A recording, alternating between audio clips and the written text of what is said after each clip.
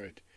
Welcome back to Nick Lenz's Comic Corner, classic, less known classic. This is episode number 2603, double number 2497. First up we have is the last official Venom trade to discuss before the next trade of the current run comes out. We have, Venom Tooth and Claw, which collects the following miniseries. The Tooth and Claw miniseries, obviously, which is 3 issues. Pretty much everything here except for one is basically just 3 issues. Okay, it collects Venom Tooth and Claw, that 3-issue miniseries, Venom Trial, the entirety of that, which is 3 issues. Venom License to Kill, 3 issues. Venom City of Darkness, which is a 1-shot. Venom Sign of the Boss, which is 2 issues. Venom Spider-Man the Venom Agenda, and the Venom Finale. Yep, these are the final. Yes, the final. Shoot. Sorry about that. Well, yes, there's also the Venom Dark Origin, but I might discuss at some point, but these last the ones in the 90s. Yes. So, your writers of these books are Larry Hama, Len Kametsky, and Ivan Vaz Jr. Artwork is Joe Perea, Joshua Hood,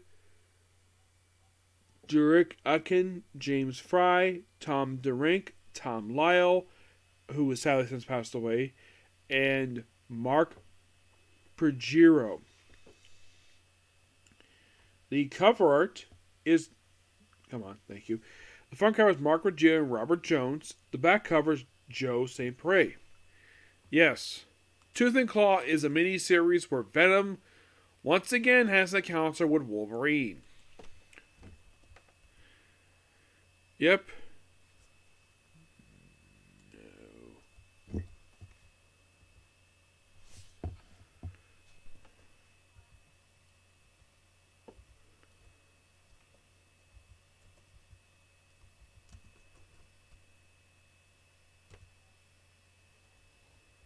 Yeah, basically he's taking on Wolverine in this miniseries to take on a villain named the Dirt Nap.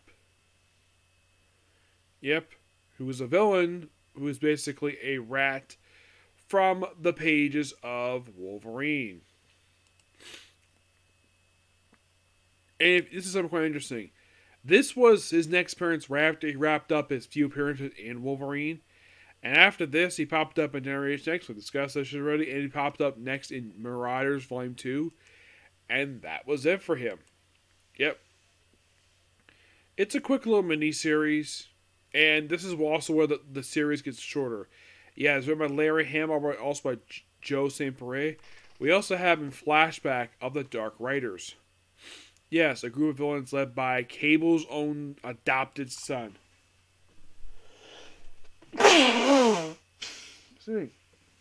Tyler, who also went by the name of Genesis. Ah, that's better. Yeah, they're only here in recap. They don't actually really appear in the book.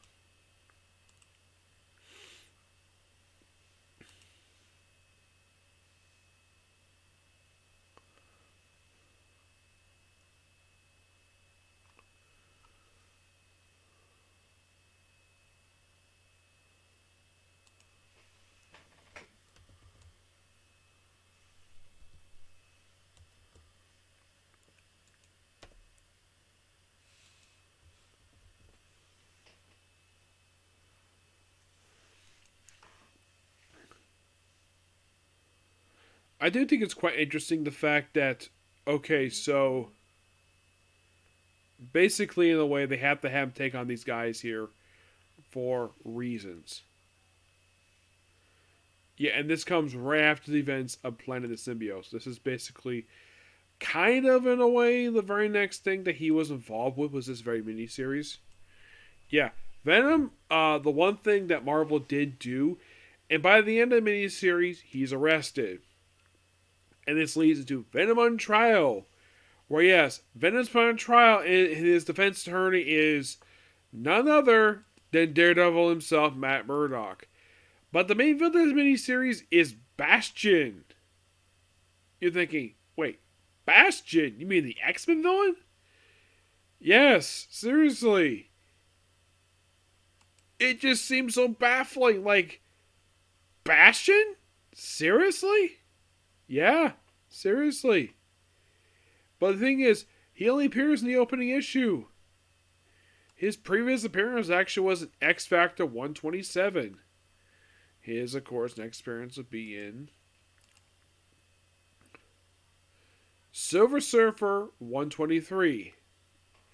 Yeah, and we also have Rosalind Sharp in this opening issue. Yes, Rosalind Sharp, aka Foggy's mom. Yes, she is in fact Foggy's mom. Yeah.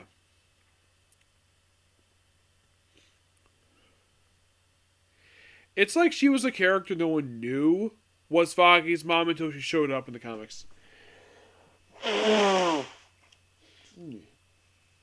Yeah.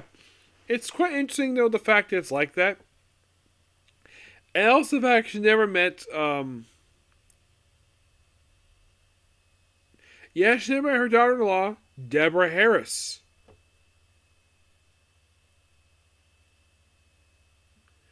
Yeah.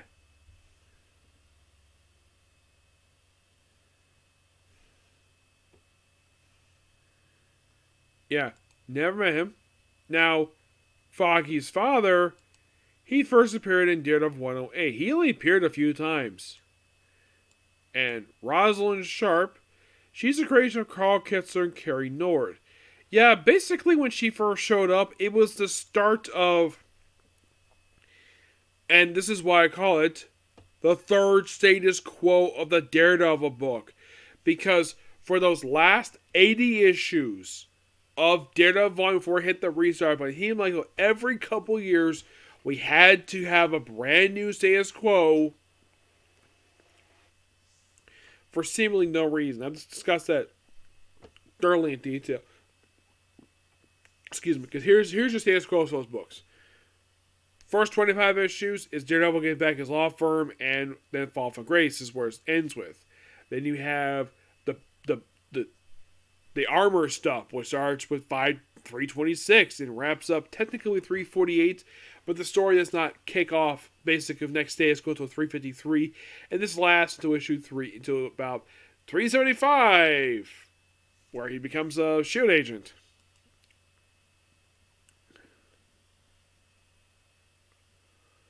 Apparently, she did attend Foggy's wedding. It's probably like a retcon, maybe.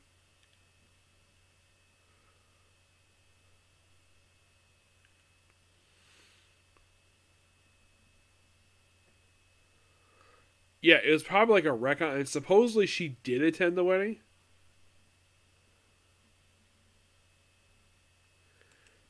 Yeah, and as for her appearance in this miniseries, this is actually surprisingly one of her very rare appearances outside of Daredevil. And believe it or not, her last known appearance to date was actually in 2006 when Burbiger wrote the book. Yep. Yeah, it was part of the Devil is basically when Daredevil went to prison. That was like her last appearance. Yeah, '06. That was like, oh my gosh, like 18 years ago. Yep. But yeah, Daredevil basically will be in the whole miniseries, and then Carnage is basically called as a witness, like Spider-Man. Yes, Spider-Man. And then by the end of the miniseries, instead of, convicting him, the federal government hires to be an agent for the law. Yes, seriously. But I found the miniseries really good. Yeah, and by the way, the cover of the first issue is "I am the law," which is basically a tongue-in-cheek reference to Judge Dredd. Yeah, that's basically what it is. Yeah, by the way, this miniseries is still Larry Hama, but this is Kyle Holtz's cover. Yeah. I'm sure Kyle Holtz, he must have a lot of fun basically having where Daredevil, where you have it where Venom is a law enforcer working for a guy named Daryl Smith, who actually was the character from Larry Hama's Wolverine book. Yep. So, like, okay, so he appears in this miniseries, and then the following miniseries, I Am the Boss, and then the finale. It's like basically like it's like the first time I get involved with this book is basically Tooth and Claw. Yeah, and it's like okay, and by the way, by the time of the next miniseries, he's still an agent for the federal government. Sea of Darkness is a surprisingly really interesting one shot. It's done by Len Kametsky. One of his not many books I've basically covered from. I mean, when I cover books that he wrote, mostly it's just been Iron Man books. And I love his Iron Man run. That was really good. Oh yeah, I've also covered his book where I've covered a lot of his time at Marvel. Like here's what I've covered: the Peter Parker Second Spider-Man issue, the Web of Spider-Man issues, the early ones, Fantastic Four, Thor, X-Men, a lot of issues here and there. But I think his most memorable run he ever did from Marvel, and this one was really, really good, was his Iron Man run. That's in my opinion. And here's the thing about the Iron Book, and I still hold this true to this day, that if you read the book, after he left the book went downhill because right after he left was The Crossing. The event that practically killed the book. Yep. Yeah, and it's basically Eddie Brock versus Cobra. And he was like, oh, I want to take a picture. It's like, nah. He only appears as one shot. This is a really funny book, but I like the whole idea they gave Venom a negative one shot while he had this whole thing with the license to kill stuff. Like he's a freaking James Bond agent. Oh yeah, and they also kill off an actual character. A character by the name of Red Flag, he just gets killed off in the last issue. Then we go to Sign of the Boss, which is a quick 2-issue miniseries where he fights Ghost Rider. Yes. But Ghost Rider gets a redesign in this miniseries. Yeah, I have no... By the way, we also have Scream here too in the first miniseries in here. Karma, who's from the pages of Wolverine.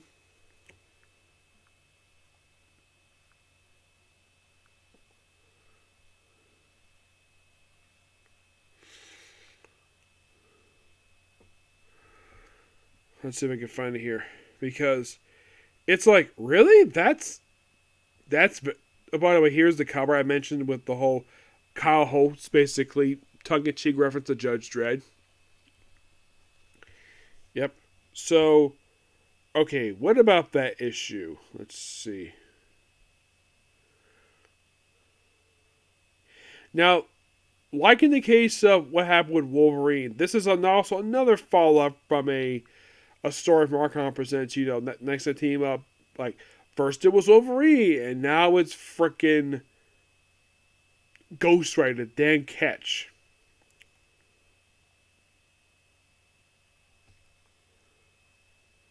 Oh, he's also singing a parody of the 60s Spider-Man theme song.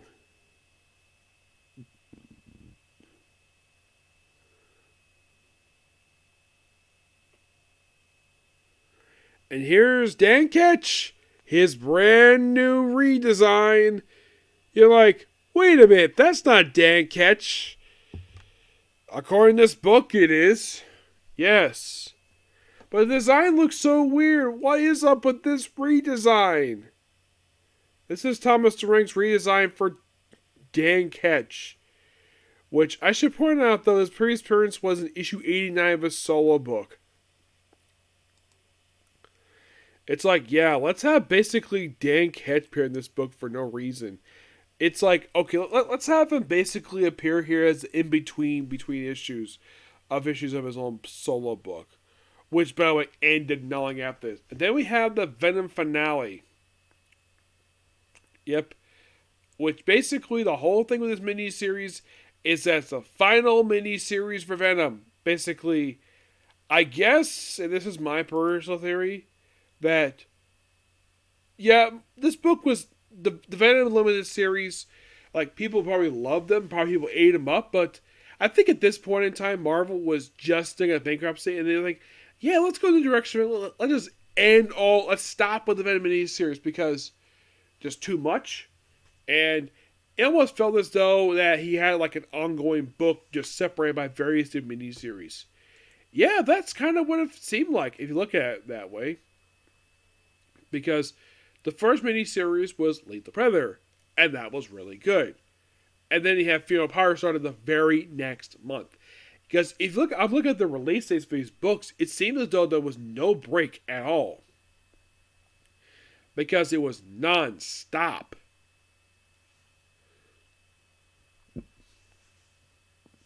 Also, there's Venom Agenda here too.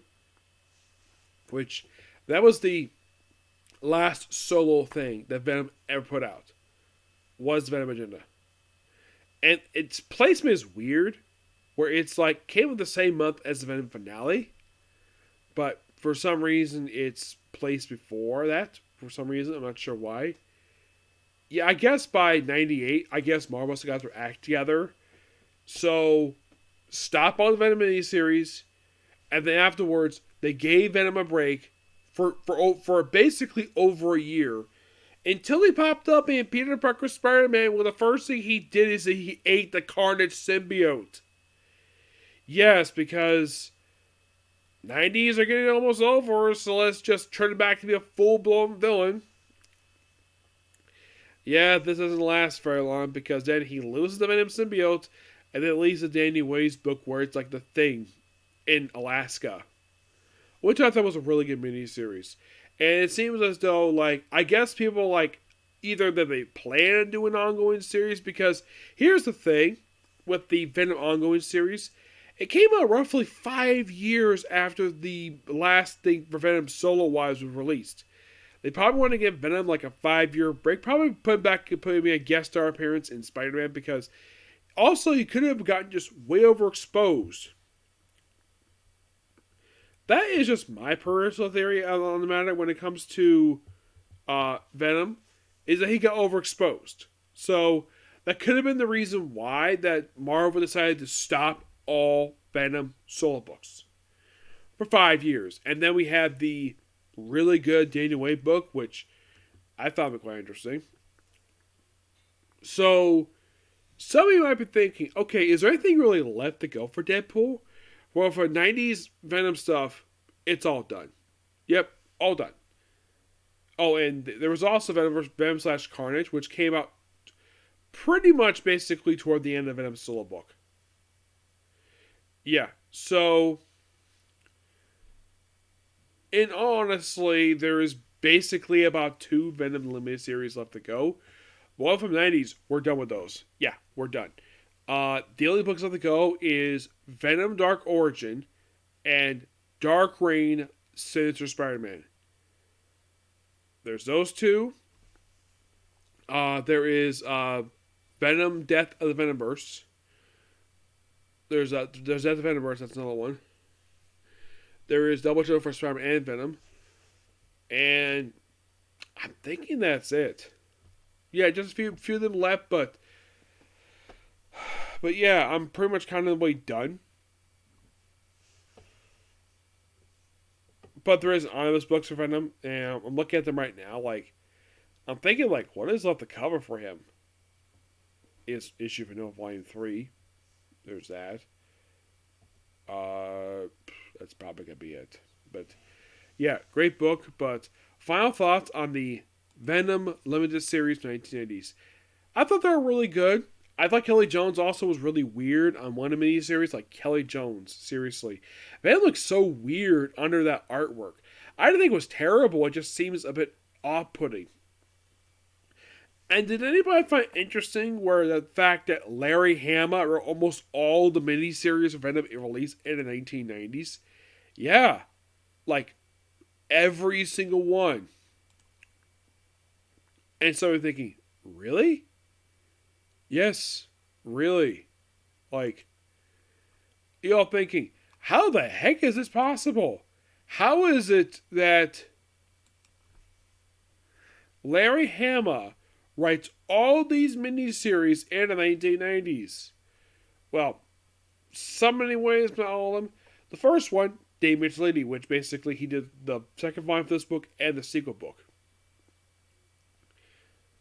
Danny Fingeroff did the Venom Redemption of the Vault, which is just a reprint of a graphic novel of Avengers Redemption of the Vault.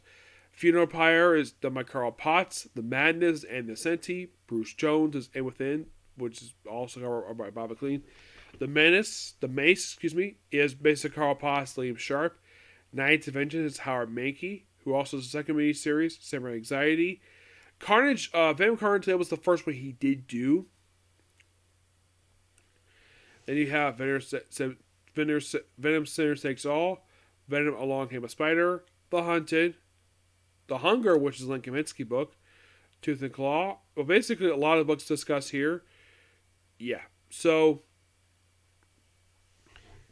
not exactly it per se, but before I move on to the another book I'm going to start doing here, it is basically going to be talking about 2 Carnage one-shots.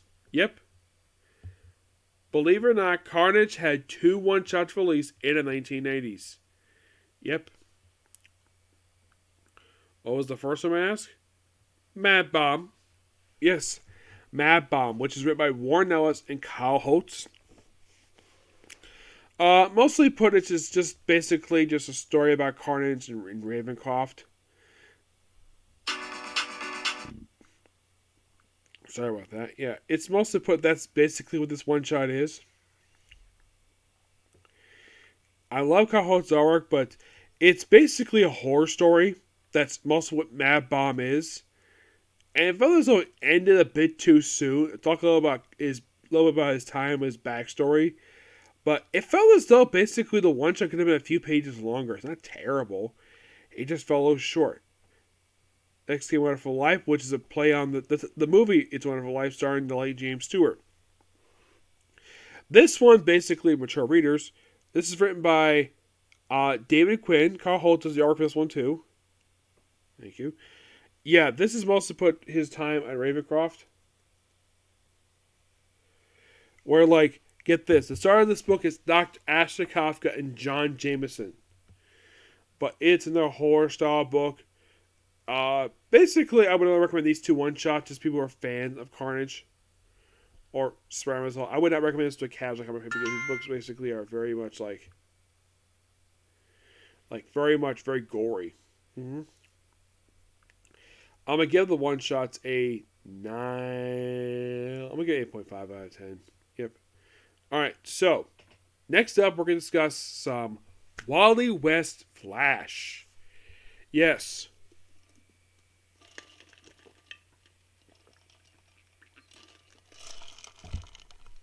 What we're here discussing, issues from Volume 2, 19 to 30, along with the first 2 annuals.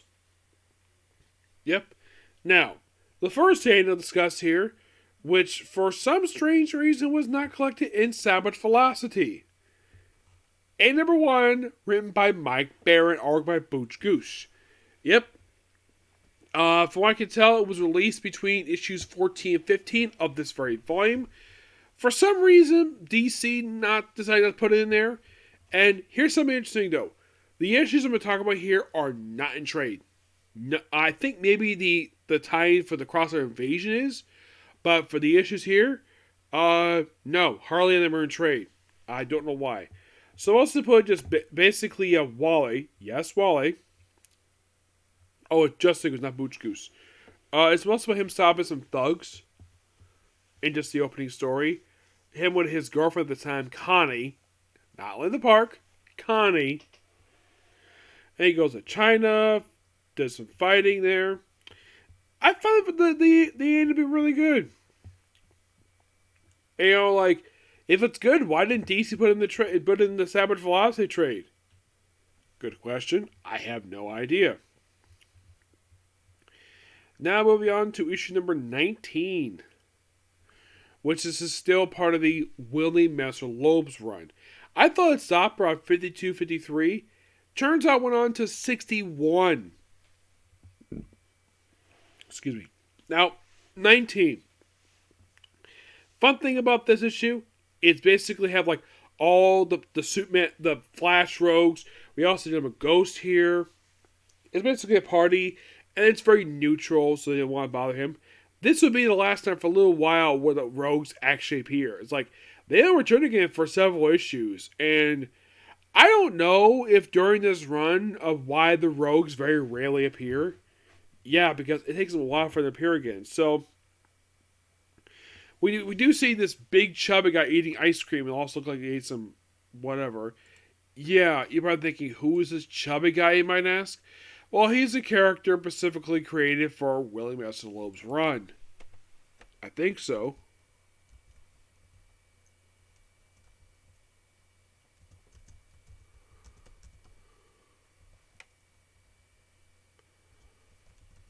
Come on, seriously?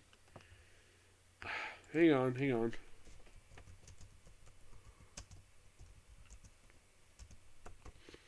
Thank you. Okay.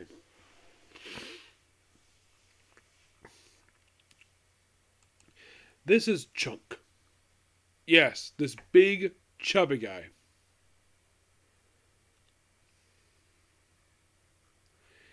Oh, yeah, he was actually someone Mike Barron introduced that Willie Messner-Loebs just happened to have here in the book.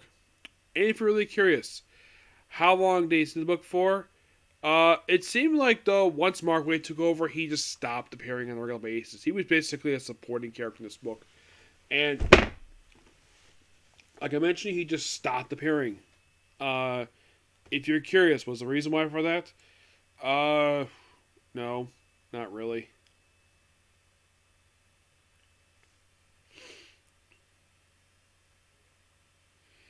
Yeah, so they have the Rogues here for this party, which includes Jinder McGoth, so he's not a Flash villain. So and of course, yeah, the backup story of Blood Ties, which is just people we don't know. We don't know who these people are. Moving on, yeah. In issue 20, begins a story arc where Wally is homeless, and this also leads into his crossover with Invasion. Yes, these first couple issues. By the way, his mom is in this issue too, and his mom decides to go to Paris because it turns out though he actually turned down joining the JLI, and she thinks the JLI is actually the Jewish Defense League, which. Yeah, he has to play to sponsor. It's not that group, it's the JLI. And he is regretting turning them down. And this leads into his Invasion tie-in. Yeah, where he gets involved with Mark Shaw, which continues over in the pages of Manhunter number 9. Yeah, Manhunter, this awesome book that, to my knowledge, there's been like one, maybe 2 issues of this 24 issue run in trade. This book is excellent. Like, it is a book that I really wish DC would put in trade. Because the only place you can find this isn't back issues. Yeah, I mean, it's not that hard to do. I mean, it's an absolute really, really good book, well written, and do I think it'll last more than 24 issues? I think basically the amount of issues lasts 4 could easily last, well, maybe it might be okay. But it was nice also, John S. wrote this with his wife at the time, who was going through breast cancer. Yes. And also one thing that was really cool with this book is that he gave Mark Shaw a love interest. Yes.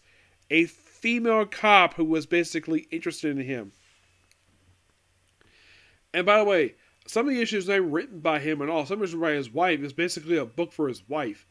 And then the story is basically a team with him too. And then basically gets wrapped up with issue number, with basically Invasion number 3.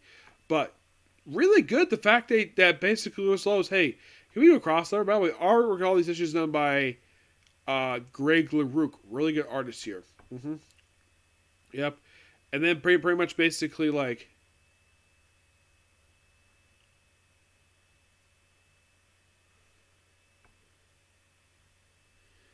yeah, this 22 picks it right where the Flash issue left off, basically with their team up. And then moving on to 23, which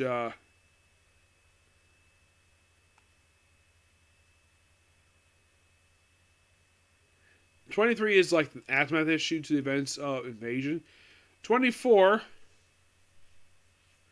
yeah, basically deals with him losing his powers. Yeah, also Tina McGee is back in the book now.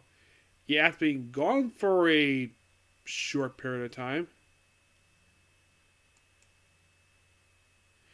Yeah, she'd been gone for a little bit, but she's kind of the way Barry's other love interest in the book. If you're curious, when did she stop appearing in the book?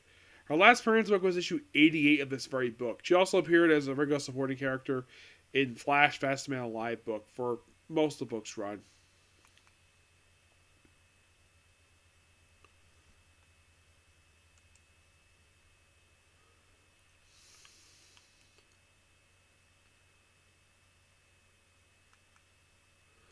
Yeah. Then 25 begins basically a very weird story arc where Barry's in the desert, where Wally's in the desert, and he's basically dealing with stuff, and then apparently he gets covered in porcupine spikes. And this lasts for the next few issues. Yeah, it continues until like issue like number like 28, I think it is. And Captain Cold's here to try to kill him. Yeah. And the story itself is basically kind of wrapped up with 28. And 28 is also worthy for debuting Wally West's future hot wife, Linda Park, a.k.a. Linda West, and also the future mother of his currently 3 children. Yep. So, I thought it was Mark Waid who created this character. Nope, it was William Messner-Loebs. Mark Waid did start the romance. Yep. Now, you're probably thinking, like, did Linda Park appear on a regular basis in this book? Not immediately, no. It took some time, but eventually she did. Like, she skipped a couple issues, but yeah, she was here for the long haul. And then we move into the second annual for the series. Yeah, second ever annual. For 2 stories, Old Detective Dodge. Whereas most of the focus on Barry's father, Rudolph West.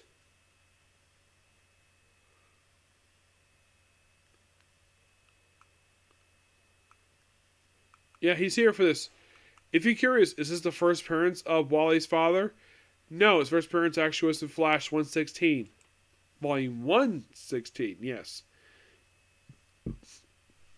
His appearance is very sporadic. And his appearance was very sporadic in this very volume. His most recent appearance to date was, this is a shocker, was in Flash Volume 5, Number 9. The cover that's if you declare homage to Flash 123. Yep. And moving into issue number 2019 was with Phantom Lady. Because I think at this point Barry was going to be joining the Justice League Europe. Now I think it was in these issues they introduced her brand new husband, Ralph Valentino. Issue 30 basically was his debut. Yep. So basically, Mary West decided to go to Italy for a reason. And then she just gets saved by this guy. He's Antonio Veniti. His real name is actually Fido Valentino. Yeah, a detective that she is immediately smitten with, and this is a guy she later marries. Yep. There's also a joke, basically, the fact that moving from New York to basically Keystone City is like, are we going to take that with us? Yeah, we are.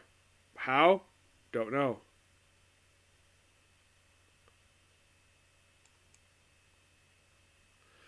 Yeah, I thought it was really funny, the fact they did this. They had a whole story focused on basically the mother of the Flash. Yep. Oh, and by the way, the teleporter doesn't really appear much in the book at all. But I gotta admit, great issues. Love them. Every single issue here is really good. And I will be continuing reviewing this run even more. Now, you're probably thinking, how much will they go for this run? Well, for Willie Messner-Loebs' run, there's about 31 issues left to go. And then we're done with the book. Yep.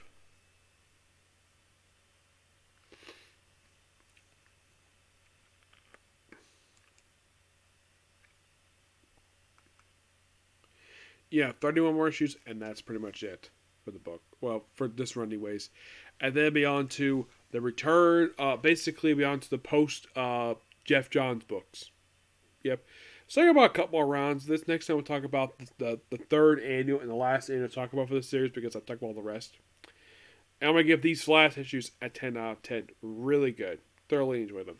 Okay, so that's episode of you. Next episode is going to be Embers of Shadow. Okay, next view. Bye.